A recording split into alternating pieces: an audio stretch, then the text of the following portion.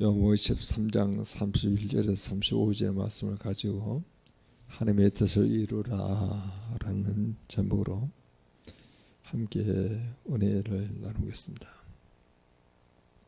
오늘 예수님을 그리스도로 고백하는 전인 가족들이 하나님의 뜻을 이루라 하나님이 명령하실 때, 또 그런 명령을 받았을 때 그는 어떤 느낌으로 그 명령을 받아들입니까?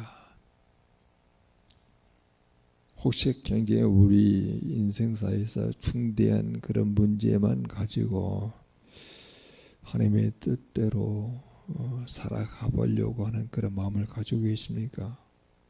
결혼을 앞두거나 아니면 어떤 직업을 갖거나 아니면 어떤 미래의 진로를 결정할 때 큰 내용과 연관시켜서 하나님의 뜻을 이루려고 하는 그런 마음을 가지고 있습니까?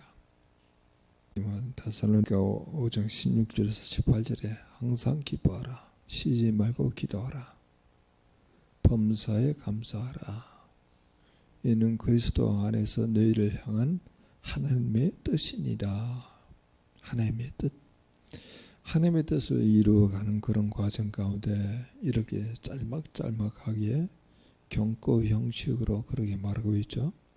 그러면 끊어서 한번 읽어볼까요? 항상 기뻐하라. 이는 그리스도 예수 안에서 하나님의 뜻이니라. 항상 기뻐하라. 근데 여기에 목적어 없잖아요. 뭘 기뻐하라는 거지? 보여지는 어떤 현상이 잘 되기 때문에 기뻐하라 이런 내용이겠습니까? 아니면 자기가 원하는 그런 방식으로 일이 잘 풀려서 기뻐하라 그런 내용을 목적으로 삼을까요? 성경은 이런 내용을 여러 성경 구절에 말하고 있죠. 요한일서 2장 16절에서 17절에도 이는 세상에 있는 모든 것이 육신의 정욕과 목의 정욕과 이생의 자랑이라. 다 아버지께서 온 것이 아니라 세상으로부터 온 것이라는 거예요. 이 세상도 그 정욕도 다 지나가되 오직 하나님의 뜻을 행하는 자는 이렇게 표현합니다. 영원히 거하느니라. 하나님의 뜻을 행하는 자는요, 영원히 거하여. 사라지지 않는다. 이 세상 사라지지 않아요. 그리고 정욕도 다 지나가지만은 하나님의 뜻을 행하는 자는 영원히 거하느니라. 마태복음 7장 21절도 우리에게 그렇게 말하죠. 나더러 주여 주여 하는 자마다 천국에 들어갈 것이 아니요 다만 하늘에 계신 내 아버지의 뜻대로 행하는 자라야 들어가니라. 하늘에 계신 아버지의 뜻대로 행하는 자가 천국에 들어간다는 거예요. 그러면 우리는 예수 그리스도를 이미 예수를 그리스도 고백하는 믿는 자이고 구원받은 자인데, 또 우리에게 오늘 본문에서 또 다른 성경 구절에 말하고 있는 것처럼 하나님의 뜻을 이루어가는 삶을 우리에게 주신 거예요. 이건 선택의 내용이 아니죠. 내 기분이 좋으면 하나님의 뜻을 이루려고 하는 게 아니고, 내 기분과 상관이 없어요. 내 감정과 상관이 없어요. 내 상태하고 상관이 없어요. 하나님의 뜻을 이루어가는 삶을 마땅히 살아가야죠. 그러면 이제 오늘 본문과 상관없이 그 데살로니가 전서 5장 16절에서 말하고 있는 항상 기뻐하라를 목적으로 한번 전후에서 한번 찾아내게 되면은 뭘 기뻐하냐면 하나님의 구원하심과 신실하심을 기뻐하는 거예요. 구원은 인간의 노력이 아니잖아요.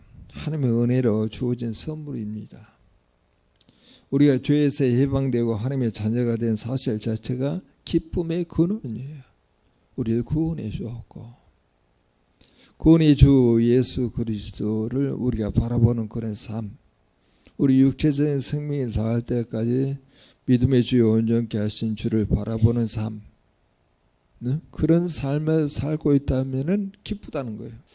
그러니까 만약 그걸 놓쳐버리게 되면 우리는 이 세상에서 내가 지금 하고 있는 일이 잘 되면은 기쁘고 잘 되지 않으면은 슬프고 낭망하고 절망하고 이런 트랙으로 우리가 빠지게 된다는 거죠.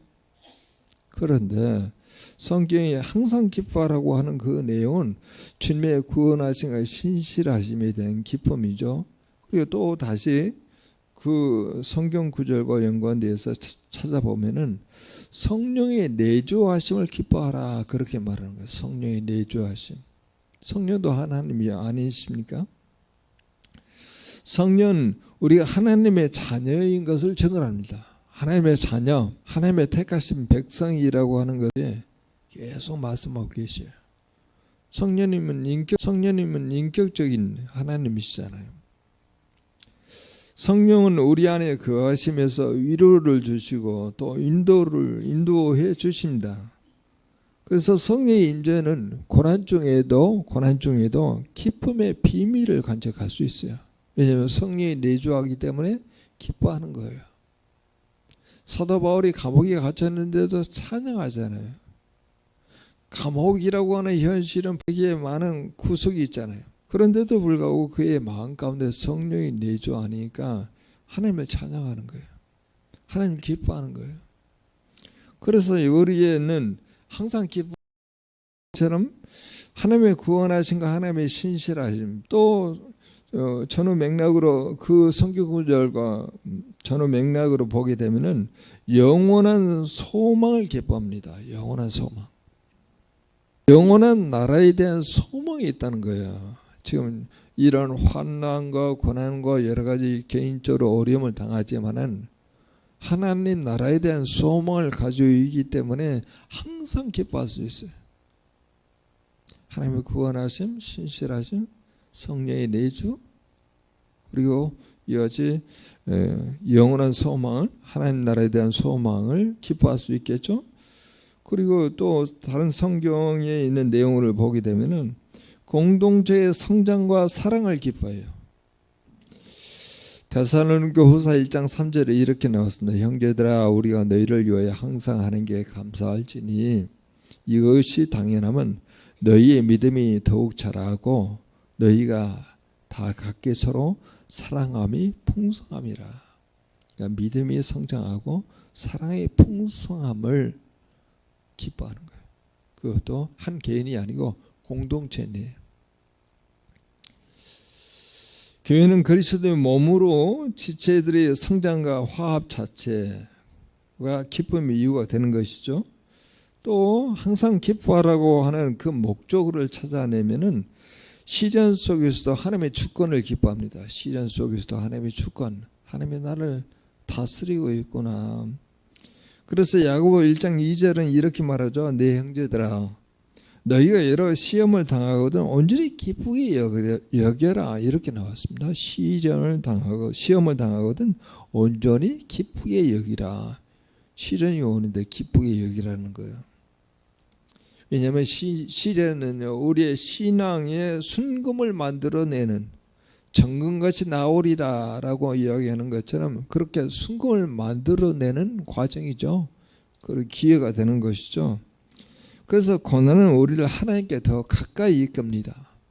만약 고난이 없는 상황 가운데 자기의 잘난 모습으로 살아가는 것이지 하나님께서 이것이 은혜를 주시고 자비와 긍휼을 베풀어 주시고 구원하시고 신실하시고 성령의 내조 그리고 이것이 하나님 나라의 소망 또 이것이 믿음의 공동체의 성장과 믿음의 성장과 그리고 이것이 성령의 충만함 이런 부분에 대해서는 별 마음을 두지 못한 상태에서 시련이 오고 고난이 오고 시험이 오게 될 때마다 하나님을 의지하고자 하는 그런 마음이 있어요. 그래서 우리는 이미 시편 119편을 여러 날 동안 묵상하면서 그런 본문을 다시 한번 떠오르게 합니다. 고난 당하기 전에는 내가 그릇 행하였으나 내가 이제는 주의 말씀을 지키나이다.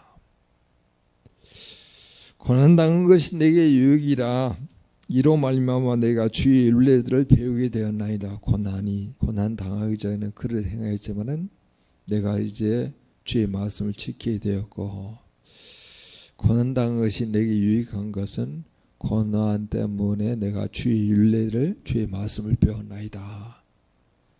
그러니까 이처럼 고난의 그런 과정 가운데도 주님의 하나님의 주권을 기뻐할 수 있다는 거예요. 또 찾아보면은 매일의 작은 은혜를 기뻐할 수 있겠죠. 내가 뭐 이렇게 좀 건강한 몸을 가지고 숨을 쉴 수 있다는 거. 호흡이 어려운 사람들 산소호흡기를 대하잖아요. 답답하죠. 그리고 뭐 함께 식사를 좀 할 수 있는 것도 감사할 수 있고, 그리고 친구의 따뜻한 위로도 감사할 수 있잖아요. 그런 일상적인 은혜를 항상 기뻐할 수 있어요. 그래서 항상 기뻐하라는 이 명령은 감정 조절이 아닌 신앙의 결단입니다. 나의 감정의 기복에 따라 나 기분 좋은 일이 있으면 기뻐하라, 그런 뜻이 아니고 신앙의 결단이에요. 기뻐할 수밖에 없잖아요. 하나님께서 나를 구원하셨죠. 신실하게. 또 하나님께서 이 성령의 내주하심이 있었죠. 그리고 영원한 소망을 기뻐하죠. 그리고 공동체 성장과 사랑을 기뻐하죠. 그리고 시련 속에서 하나님의 주권을 기뻐하죠. 그리고 매일의 작은 은혜를 기뻐하게 됩니다. 그래서 그러면 이제 이게 로마서 12장 2절에 이런 그런 말씀을 통해서 연결될 수가 있겠죠. 너희는 이 세대를 본받지 말고 마음을 새롭게 하여 표현을 받아. 그 다음에 성경이 이렇게 나옵니다. 하나님 기뻐하시고 온전케 하시고 선하신 뜻을 분별하라. 하나님의 뜻을 분별하라. 우리는 매일 하나님의 뜻을 이루어가는 삶으로 부르심 받았습니다. 우리는 하나님의 은혜에 의하여 믿음으로 말미암아 구원을 받았습니다. 그렇지만은 성경은 또 이렇게 요구합니다. 두렵고 떨림으로 구원을 이루어가라. 구원을 이루어가야 함을 하나님의 뜻을 이루어감으로 바꿔도 좋습니다. 그렇죠. 매일 우리에게 묵상해서 하나님이 주신 그 하나님의 마음과 뜻을 이루어가는 삶을 두렵고 떨림으로 구원을 이루어가라. 그런 표현으로 바꿔도 가능하고요. 그리고 주의 뜻을 이루어가라 라고 하는 내용으로도 바꿔도 좋습니다. 자, 그러면은 매일 하나님의 뜻을 이루어가면 과연 어떤 내용으로 발전되어 가는지를 오늘 본문을 통해서 우리가 확인해 봅니다. 그렇죠.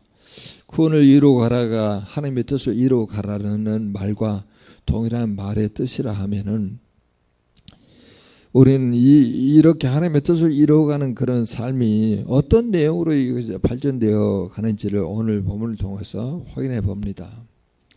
오늘 본문에 앞서서 예수님은 되게 심령이 괴로워하면서 제자들에게 너희 중 하나가 나를 팔리라 그렇게 말씀하세요.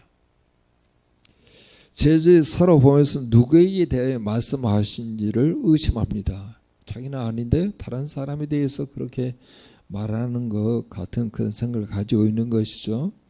그래서 베드로가 예수님의 품 안에 안겨 있는 예수님의 가슴에 기대어 있는 세례 요한에게, 아니 사도 요한에게 말씀하죠. 그가 누구인지를 한번 알아봐라. 그래서 사도 요한이 예수님의 가슴에 의지해서 말합니다. 주여 누구입니까? 이 사람들 중에 팔자가 한 사람이 있다고 그러는데 누구입니까? 그렇게 말하게 될 때 우리 주님 말씀하죠. 내가 떡 한 조각을 주는 자가 거니라. 그래서 예수님은 한 조각을 적셔서 가룟 유다에게 줘요. 근데 그 가룟 유다에게 주는 내용을 거기 같이 앉아있는 제자들은 무슨 뜻인지를 몰라요. 내가 한 조각을 주는 자가 바로 그니라 그렇게 말씀했는데도 불구하고 설마 가룟 유다가 예수를 팔자가 되겠느냐 그렇게 생각하고 있었던 것이죠. 그래서 그 가룟 유다가 조각을 받은 후에 성경은 그렇게 기록이 됐습니다. 사단이 그 속에 들어갑니다. 예수께서 말씀하시죠. 내가 하는 일을 속히 하라.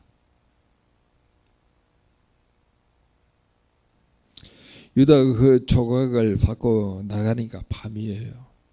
이 날이 바로 목요일 밤입니다. 우리 주님은 금요일 날 오전 9시에 십자가에 달리시고 오후 3시에 돌아가시거든요. 하루 차이에. 그날 밤에 가룟 유다들은요 밤에 나가요. 요한복음 6장 38절에서 40절에 이런 말씀이 있습니다. 내가 하늘에서 내려온 것은 내 뜻을 행하려 함이 아니요 나를 보내신 이의 뜻을 행하려 함이니라. 나를 보내신 이의 뜻은 내게 주신 자 중에 내가 하나도 잃어버리지 아니하고 마지막 날에 다시 살리는 이것이니라. 내 아버지의 뜻은 아들을 보고 믿는 자마다 영생을 얻는 이것이니 마지막 날에 내가 이를 다시 살리리라 하신자. 계속 예수님이 나를 보내신 아버지의 뜻, 그 뜻에 따라 살아가시는 거예요. 예수는 또 이렇게도 표현합니다. 나의 양식은 나의 보내신 이의 뜻을 행하며 그의 일을 온전히 이루는 이것이니라. 양식이라고 표현합니다. 우리도 밥을 먹어야 되지 않겠어요? 근데 예수님은 영적으로 그렇게 말씀하셔요. 나의 보내신 이의 뜻을 행하는 것이 나의 양식이다. 여러분, 우리가 예수님이 이렇게 밥 먹듯이 하나님의 뜻을 행하려고 하는 그런 모습을 보면서 우리에게도 도전이 되지 않습니까? 지금 하나님의 뜻을 이루어가고 있습니까? 아니면 일상에서 보여지는 여러 가지 문제가 상황이 돌발적으로 발생해서 그것으로 인해 고민하고 낑낑대며 살고 있습니까? 그거와 상관없이 나에게 하나님이 주시는 뜻을 이루고자 하는 그 삶, 그 삶을 살지 아니하게 되면 계속적으로 세상에서 발생하는 여러 가지 일과 사건으로 연루가 되어서 되게 힘들게 살아갈 수밖에 없는 구조예요.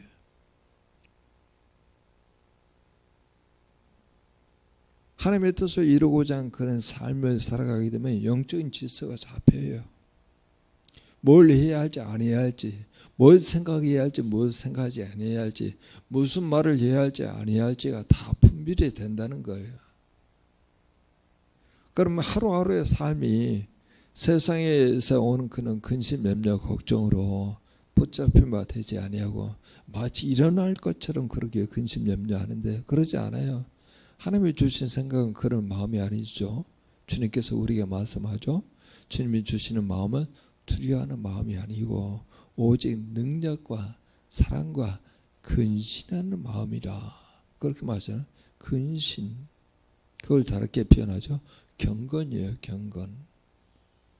그 경건은 뭐 바로 뭐냐, 하나님의 뜻을 이루는 것이 경건이에요.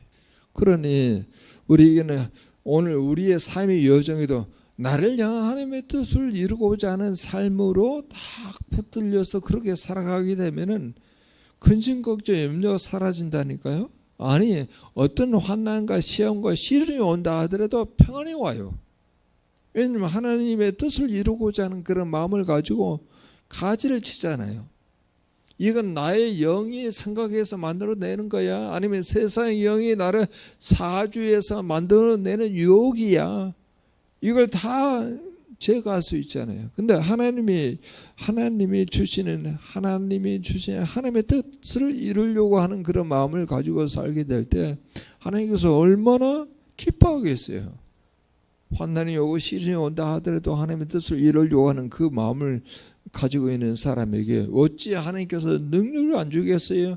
어찌 지혜를 안 주겠어요? 어떻게 믿음을 안 주겠어요?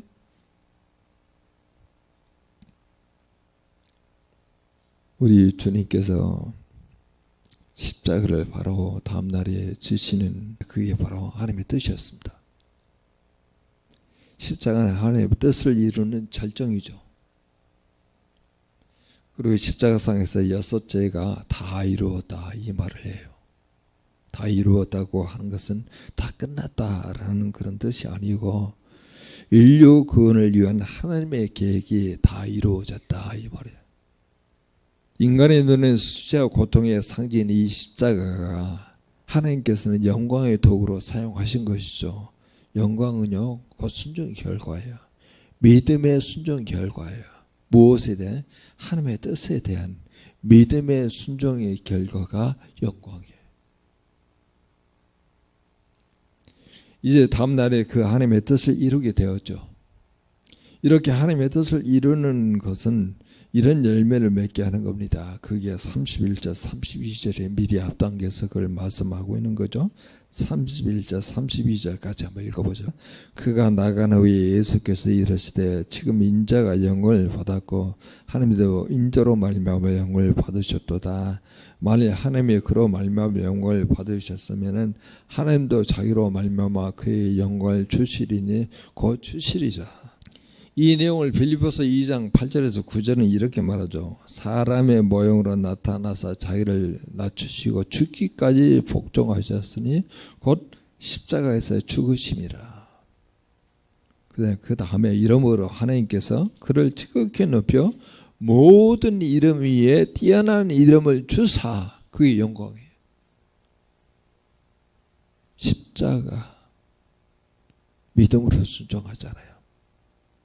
십자가가 예수 그리스도를 향한 하나님의 뜻이잖아요. 그 죽음의 고통, 수치의 고통은 이루 말할 수가 없는데 그게 하나님의 뜻이기 때문에 스스로 자원한 마음으로 십자가에 죽으신 거예요. 그래서 예수 그리스도가 이 사명을 하나님의 뜻인 이 십자가의 죽으심을 통해서 모든 예수 그리스도를 보고 믿는 자마다 영생을 얻게 하기 위해서 이 뜻을 이루기 위해서 그걸 참아내는 거잖아요. 그래서 이 내용을요, 요한복음 17장 4절에서는 이렇게 말합니다. 아버지께서 내게 하라고 주신 일을 내가 이루어 아버지를 이 세상에서 영화롭게 하였사오니 라고 이야기해요. 그래서 우리에게 주신 하나님의 뜻을 매일매일 이루어 가게 되면 자연적으로 하나님을 영화롭게 하고 하나님은 우리가 그렇게 영화롭게 하는 그걸로 우리에게 영광을 주세요. 영광. 그래서 이걸 이렇게 우리가 정리할 수 있겠죠. 우리는 우리에게 주신 하나님의 뜻을 이루는 것은 순종함으로 하나님의 뜻을 믿음으로 순종함으로 그 뜻을 이루어가는 것은 하나님께 영광이 될 뿐만 아니라 하나님이 우리에게도 영광을 주신다는 거예요. 이게 굉장히 필요해요. 주님께 영광을 돌리는 것뿐만 아니라 그 영광을 받으시는 그분이 우리가 영광을 돌리는 것으로 말미암아 우리로 영광을 얻게 하시고 우리로 말미암아 영광을 받으신 그분께서 우리에게 영광을 주시겠다 말씀하시는 거예요. 그 과정이 우리 안에서 경험되게 되면은 34절과 35절로 훅 뛰어요. 34절과 35절 같이 한번 읽어보겠습니다. 새 계명을 너희에게 주노니 서로 사랑하라. 내가 너희를 사랑한 것 같이 너희도 서로 사랑하라. 너희가 서로 사랑하면 이로써 모든 사람이 너희가 내 제자인 줄 알리라. 갑자기 서로 사랑이라고 이야기해요. 하나님이 주시는 영광은 사랑의 관계를 낳는 힘이 생겨요. 영광의 본질은요, 관계 회복이에요. 우리가 가지고 있는 사랑 가지고는 그게 가능하지 않습니다. 우리가 가지고 있는 알량한 그 어떤 사랑 가지고는 그게 가능하지 않아요. 하나님이 우리에게 영광을 주셔야만이 그 사랑의 관계를 이어갈 수 있는 힘이 생기고 그리고 영광의 본질은 바로 관계 회복으로 이렇게 발전한다는 거예요. 예수님은 영광을 받으신 후에 제자들에게 새 계명을 주십니다. 이는 영광이 고립된 영광이 아니고 사랑으로 연결된 공동체를 형성하기 위해서 그 영광을 받으신 거예요. 하나님의 영광이 나에게 주어져서 교회의 공동체를 이루어갈 수 있는 그런 사랑의 관계로 발전시키기 위해서 서로 사랑하라. 내가 너희를 사랑한 것이 너희도 서로 사랑하라. 이렇게 말씀하시는 거예요. 서로 사랑하라는 명령이 단순한 권고가 아닙니다. 그리스도의 희생을 본받으라는 호소예요. 그리스도의 희생을 본받으라는 호소이죠. 3장 16절은 이렇게 말합니다. 예수가 우리를 위하여 목숨을 버리셨으니 우리가 이로써 사랑을 알고 사랑을 알고 우리도 형제들을 위하여 목숨을 버리는 것이 마땅하리라 그렇게 말하잖아요. 우리 주님께서 하나님의 사랑을 우리에게 증거하기 위해서 십자가에 달려 돌아가시잖아요. 그래서 우리는 그걸 보고 우리가 사랑을 알고 우리도 마땅히 친구를 위하여 목숨을 버리는 것이 마땅하리라. 그래서 사랑은요 이렇게 말했습니다. 영광의 증거예요. 영광의 증거. 예수님은 너희가 서로 사랑하면 모든 사람이 너희가 내 제자인 줄 알리라 그렇게 말씀하잖아요. 교회의 가장 강력한 전도는요 사랑의 실천입니다.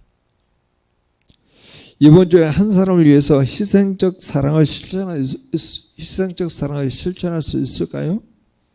시간을 내어서 그 사람을 위해서 중보적 기도를 할 수 있을까요? 그 사람에게 사랑을 표현하기 위해서 그 사람 필요를 채워줄 수 있을까요? 그리고 그 사람의 아픔에 대해서 공감해 줄 수 있을까요? 여러분 이렇게 사랑의 실천이 자연적으로 전도가 가능할 수 있게 한다는 거예요. 왜냐하면 사랑의 실천이 영광을 받았잖아요. 그 영광의 사랑을 실천할 수 있는 힘을 가지고 오고 그 영광의 번지는 관계 회복을 가져오는 거예요. 그래서 그게 중간중간에 그게 연결되지 아니한다 그러면 우리가 전도합시다 사랑해 봅시다 이게 아무런 효력이 없다는 거예요. 우리는 우리에게 주의 하나님의 뜻을 이루는 것은 하나님의 영광이 될 뿐만 아니라 하나님의 우리에게도 영광을 주셔서 나와 관계된 모든 사람과 서로 사랑하는 관계로 발전하게 된다는 거예요. 그러면 또 다음 단계가 또 있겠죠. 다음 단계는요 33절 전반부에 힌트가 있습니다. 그건 이렇게 나와 있습니다. 작은 자들아 내가 아직 잠시 너희와 함께 있노라. 함께 있다 이렇게 말씀하시죠. 이건 육체적인 예수 그리스도가 잠시 너와 함께 하겠다는 말씀이고 예수님 마태복음 28장 20절에 내가 너희와 함께 있으리라 말하잖아요. 그건 영적으로 하나님께서 예수 그리스도 우리가 세상 끝날까지 항상 함께 있겠다고 하는 말씀이에요. 잠시 육체적으로는 내가 너희와 함께 하겠지만은 그렇지만 우리 주 예수 그리스도는 오늘날 우리 구원받은 자들에게는 영원토록 우리 함께 계세요. 그 함께 계신다고 하는 것을 우리가 임재라 그렇게 표현하죠. 그 임재는요 어디에서 경험되냐면 믿음으로 순종하고 그리고 사랑할 때 임재가 경험돼요. 제자들은 예수님의 부재를 두려워했죠. 예수님이 이제 떠나시고 죽으시고 불한다고 하는 그런 느낌도 갖지 못한 상태에서 두려워하겠지만은 이제 오순절날 사랑으로 하나 된 공동체 안에서 성령 하나님을 경험하잖아요. 성령 하나님. 하나님은 사랑의 관계가 있는 곳에 항상 임재하십니다. 그래서 마태복음 18장 20절에 두세 사람이 내 이름으로 모인 곳에 나도 그들 중에 있느니라.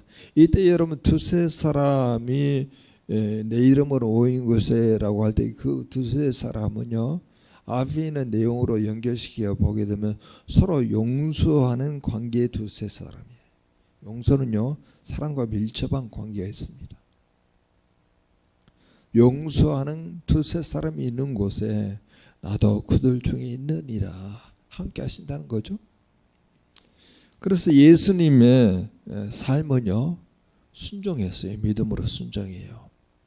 그러면 영광이 임하죠. 영광으로 사랑을 할 수 있는 힘이 생기죠. 영광은 관계 회복의 본질이에요. 영광의 본질은 관계 회복이에요.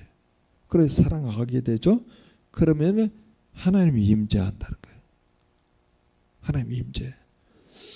우리가 이어지 일상의 생활을 감당하면서 하나님의 임재를 경험한다는 게 쉽지가 않잖아요. 그런데 하나님의 임재는 믿음으로 순종하게 되면 하나님의 임재가 가능하고 사랑으로 충만한 그런 마음을 가지고 있으면 하나님의 임재가 가능함을 오늘 성경을 통해서 우리에게 확인시켜 주고 있는 것이죠. 그래서 믿음으로 순종하고 영광이 임하고 그리고 사랑하게 되면은 하나님의 함께 하심을 경험하는 이 고리가, 순환적인 고리가 오늘날 우리에게도 열려 있다는 거예요. 예수님에 국한된 내용이 아니죠. 예수님이 우리에게 모델링을 해주시는 거니까 우리도 이런 구조의 틀 가운데 들어가게 되면은 하나님의 영광을 경험할 뿐만 아니라 사랑하고 하나님의 임재 가운데 순종, 그리고 영광, 그리고 사랑, 그리고 하나님의 임재, 이 고리가 우리에게 열려 있다는 거예요. 오늘 주님께서 하나님의 뜻을 이루라 라고 하는 그 내용을 오늘 본문을 통해서 우리에게 이렇게 풀어서 이야기할 수가 있겠죠. 우리는 우리에게 주신 하나님의 뜻을 순종으로 이루어가는 것은 하나님께 영광이 될 뿐만 아니라 하나님이 우리에게도 영광을 주시어서 나와 관계된 모든 사람과 서로 사랑하는 관계로 발전하여 주께서 나와 함께 하심, 우리와 함께 하심을 열심히 맛볼 수 있다는 거예요. 그래서 우리가 함께 기도합니다. 주님, 이 작은 순종이, 믿음의 순종이 영광의 통로가 되게 하시고, 그리고 사랑으로 주님과 동행하는 기쁨을 누리게 하소서. 함께 다 통성으로 기도합니다.